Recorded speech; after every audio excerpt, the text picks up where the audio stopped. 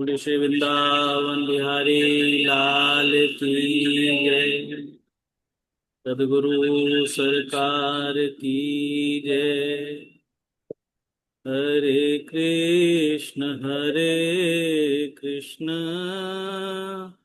कृष्ण कृष्ण हरे हरे,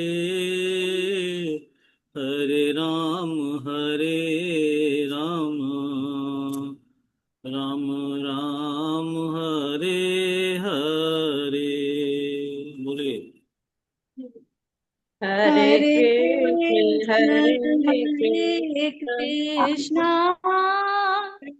कृष्ण हरे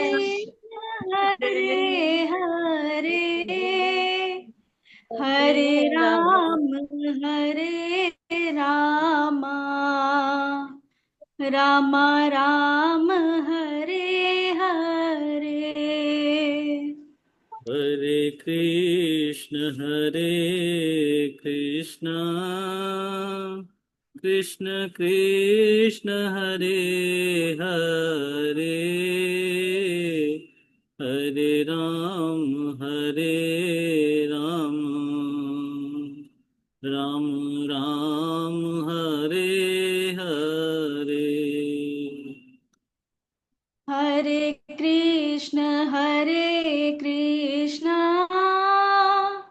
कृष्ण कृष्ण हरे हरे, हरे राम राम राम हरे हरे। हरे कृष्ण कृष्ण कृष्ण हरे हरे, हरे राम राम राम हरे हरे। हरे कृष्ण कृष्ण कृष्ण हरे हरे, हरे राम राम राम हरे हरे। बोले श्री वृंदावन बिहारी लाल की जय। सब भक्तों की जय।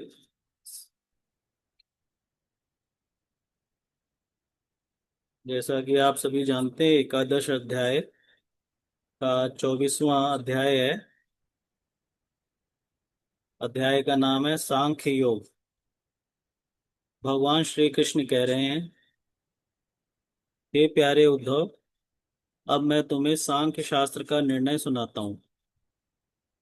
प्राचीन काल के बड़े बड़े ऋषि मुनियों ने इसका निश्चय किया है। जब जीव इसे भली भांति समझ लेता है तो वह भेद बुद्धि मूलक सुख दुख आदि रूप का भ्रम का तत्काल त्याग त्याग कर देता है। युगों से पूर्व प्रलय काल में, आदि सत्य युग में, और जब कभी मनुष्य विवेक निपुण होते हैं, इन सभी अवस्थाओं में यह संपूर्ण दृश्य और दृष्टा जगत और जीव विकल्प शून्य, किसी प्रकार के भेदभाव से रहित केवल ब्रह्म ही होते हैं। इसमें संदेह नहीं है कि ब्रह्म में किसी प्रकार का विकल्प नहीं है। वह केवल अद्वितीय सत्य है। मन और वाणी की उसमें गति नहीं है। वह ब्रह्म ही माया और उसमें प्रतिबिंबित जीव के रूप में, दृश्य और दृष्टा के रूप में, दो भागों में विभक्त सा हो गया है। उनमें से एक वस्तु को प्रकृति कहते हैं, उसी से जगत में कार्य और कारण का रूप धारण किया है। दूसरी वस्तु वस्तु को ज्ञान स्वरूप पुरुष कहते हैं। उद्धव जी, मैंने ही जीवों के शुद्ध शुभ और अशुभ कर्मों के अनुसार प्रकृति को शुद्ध किया है। तब उससे सत्व, रज और तम, ये तीन गुण प्रकट हुए हैं। उनसे क्रिया शक्ति प्रदान सूत्र, ज्ञान शक्ति प्रदान महत्व प्रकट हुए हैं। वे दोनों परस्पर मिले हुए ही हैं। महत तत्व में विकार होने पर अहंकार व्यक्त हुआ है। यह अहंकार ही जीवों को मोह में डालने वाला है। वह तीन प्रकार का है, सात्विक, राजस और तामस। अहंकार पंच तन्मात्रा और इंद्रिय मन का कारण है, इसलिए वह जड़ चेतन उभयात्मक है। तामस अहंकार से पंच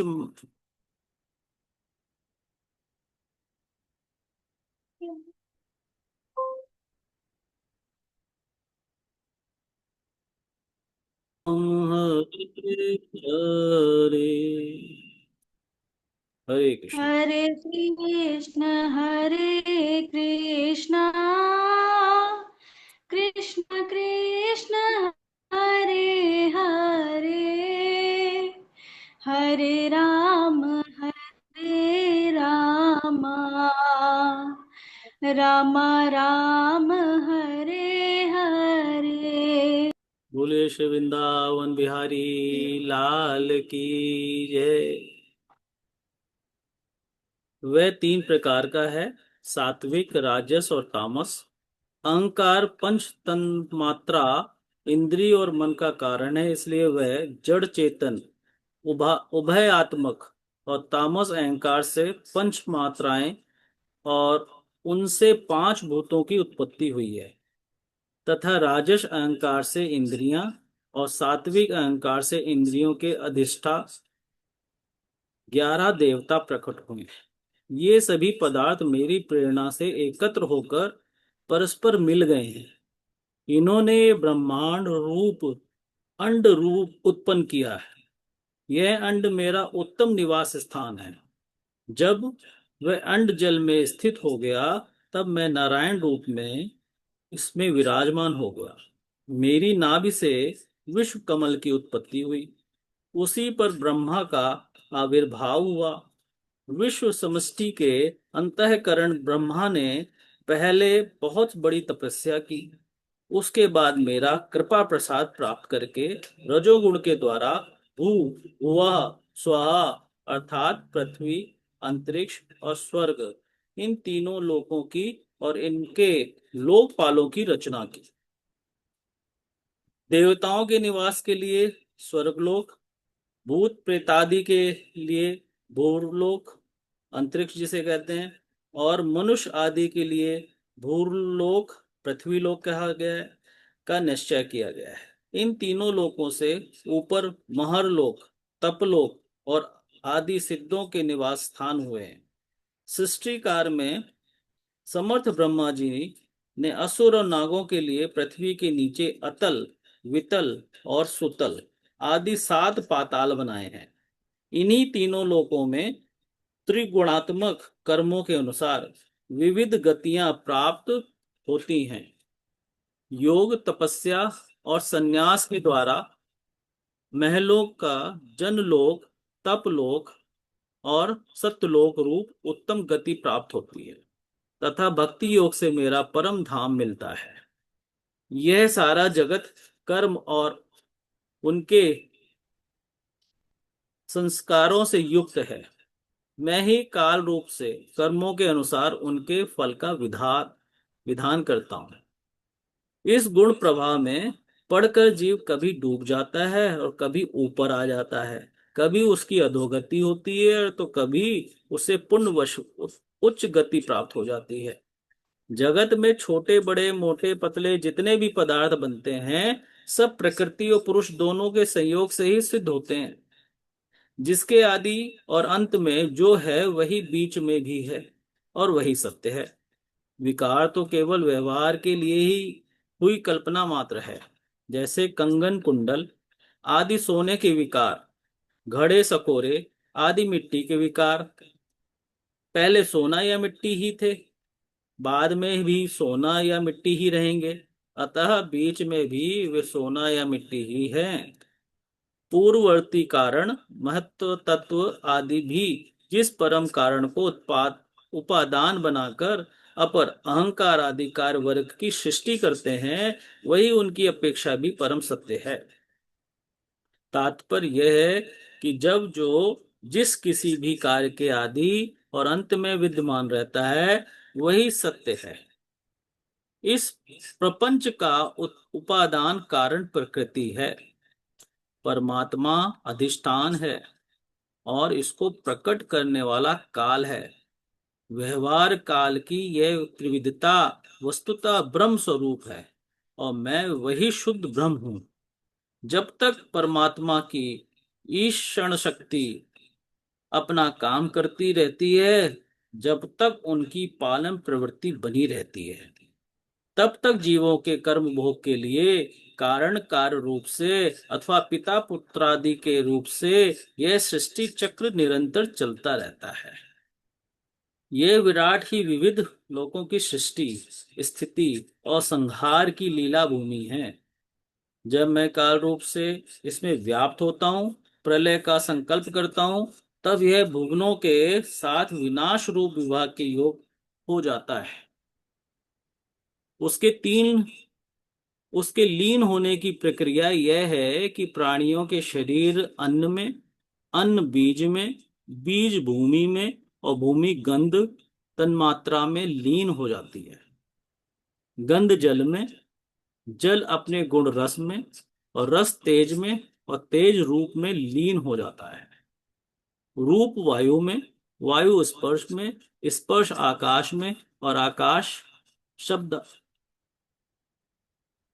तन्मात्रा में लीन हो जाता है। और इंद्रियां अपने कारण देवताओं में और अंततः राजस अहंकार में समा जाती हैं। हे सौम्य, राजस अहंकार अपने नियंता सात्विक अहंकार रूप मन में और शब्द तन्मात्रा पंचभूतों के कारण तामस अहंकार में और सारे जगत को मोहित करने में समर्थ त्रिविध अहंकार महत्व में लीन हो जाता है। ज्ञान शक्ति और क्रिया शक्ति प्रधान महत्व महत्व अपने कारण गुणों में लीन हो जाता है। गुण अव्यक्त प्रकृति में और प्रकृति अपने प्रेरक अविनाशी काल में लीन हो जाती है। काल माया में, जीव में और जीव मुझ अजन्मा आत्मा में लीन हो जाता है। आत्मा किसी में लीन नहीं होता, वह उपाधि रहित अपने स्वरूप में ही स्थित रहता है। वह जगत की सृष्टि और लय का अधिष्ठान और अवधि है। उद्धव जी, जो इस प्रकार विवेक दृष्टि से देखता है, उसके चित्त में यह प्रपंच का भ्रम हो ही नहीं सकता। यदि कदाचित उसकी स्फूर्ति भी हो जाए तो वह अधिक काल तक हृदय में ठहर कैसे सकता है? क्या सूर्योदय होने पर भी आकाश में अंधकार ठहर सकता है? हे उद्धव, मैं कार और कारण दोनों का ही साक्षी हूं। मैंने तुम्हें सृष्टि से प्रलय और प्रलय से सृष्टि तक की संख्या विधि बतला दी। इससे संदेह की गांठ कट जाती है और पुरुष अपने स्वरूप में स्थित हो जाता है। इति श्रीमद्भागवते महापुराणे परमहंसां संहितायाम् एकादश स्कंदे चतुर्विंशोऽध्याय पूर्ण। श्रीमन्नारायण नारायण, श्रीमन्नारायण नारायण नारायण। बोलिए। श्रीमन्नारायण नारायण नारायण, श्रीमन्नारायण श्रीमन्नारायण नारायण, श्रीमन्नारायण नारायण नारायण। श्रीमन्नारायण नारायण, श्रीमन्नारायण नारायण नारायण।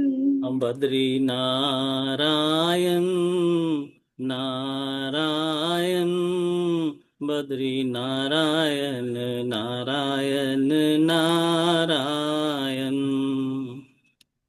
बद्रीनारायण नारायण, बद्रीनारायण नारायण नारायण।